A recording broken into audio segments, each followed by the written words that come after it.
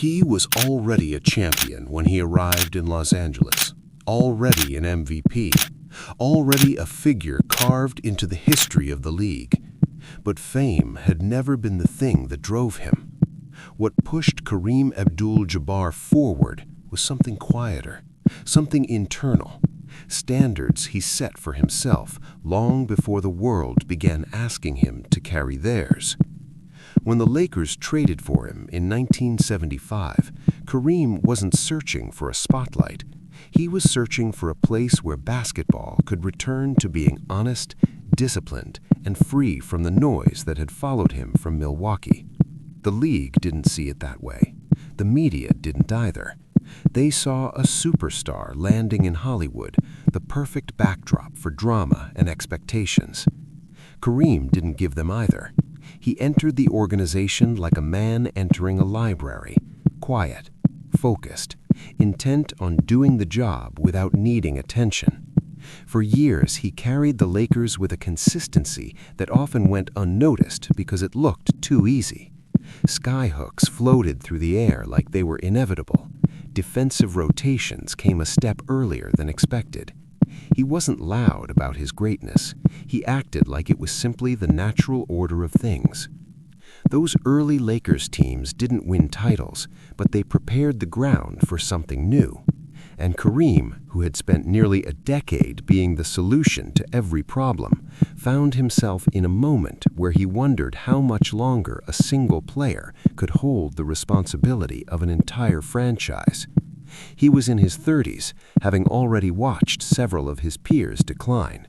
The league was leaning younger, faster, hungrier. People whispered that time waits for no one, not even for legends. Then, in 1979, a 20-year-old arrived in Los Angeles with a smile big enough to light the entire city. Magic entered the building with energy that felt like a different sport entirely. Where Kareem was reserved, Magic was expressive. Where Kareem valued order, Magic embraced chaos. They were contrasts in every sense: age, personality, style. And the pressure of blending those worlds was heavier than anyone admitted publicly. Behind the scenes, Kareem carried doubts, not about Magic's talent, he recognized that immediately, but how their worlds could coexist. The league was about to turn toward a golden age of showmanship, television ratings, and entertainment. But Kareem didn't chase spectacle. He feared becoming an artifact before he had the chance to write the final chapters of his story. Their first season together revealed something neither expected. When Magic threw passes that bent reality, Kareem didn't resist. He adapted. And when Kareem's skyhook kept dropping as if guided by something beyond physics, Magic didn't compete with it. He amplified it. Their championship in 1980 wasn't just about winning. It was about discovering harmony between two identities that weren't meant to fit together, but did. As Showtime began to take shape, Kareem watched the phenomenon firsthand. Flashbulbs captured Magic's smile, the crowd roared for fast breaks that lasted seconds, and the league celebrated the new face of basketball. But beneath the brightness of Showtime was the stability Kareem provided. Every young star needs a compass. Kareem became that compass without ever calling attention to it. But even within dominance, Kareem lived with tension. His body no longer recovered like it once had. Every season felt heavier. Every playoff series demanded more. And as he aged, the attention drifted elsewhere. When people talked about the Lakers, they talked about Magic, Worthy, Cooper, Riley. Kareem's excellence became something expected instead of admired. Quietly, he wrestled with that. The league he helped build had moved on without asking his permission. He had been the most unstoppable scorer of his era, yet fans screamed louder for the dunks and fast breaks than for the shot that had anchored his entire career. Kareem's greatness wasn't diminishing, it was becoming invisible. The dynasty years that followed tested him. Injuries reminded him that basketball has an expiration date. Media speculation questioned his longevity. Younger centers tried to challenge him physically, but Kareem's response was always internal. He had spent his entire life mastering a discipline built on repetition and mindfulness.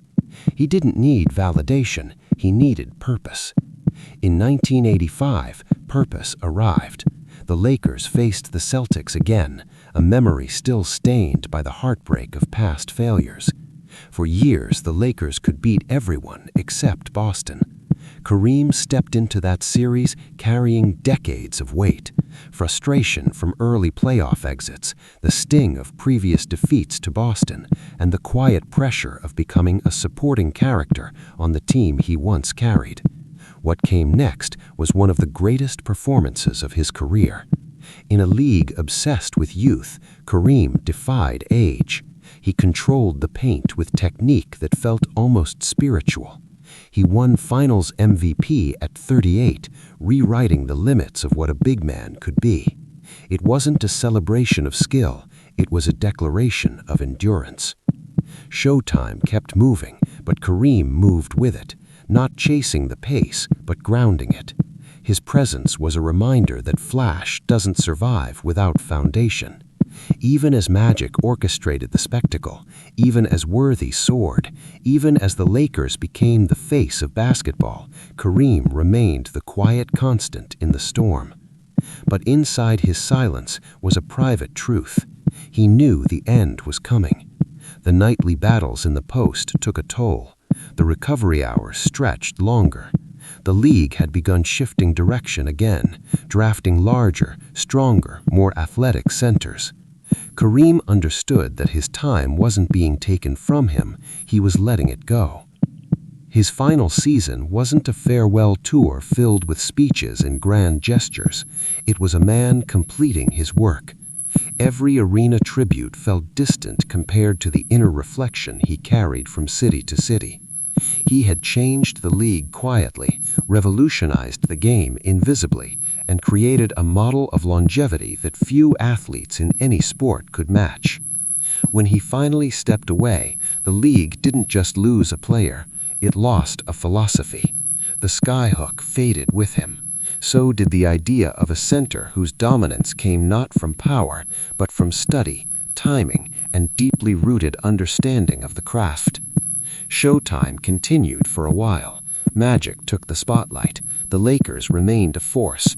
But the foundation that allowed the dynasty to exist, the discipline beneath the glitter, the calm beneath the noise, belonged to Kareem Abdul-Jabbar.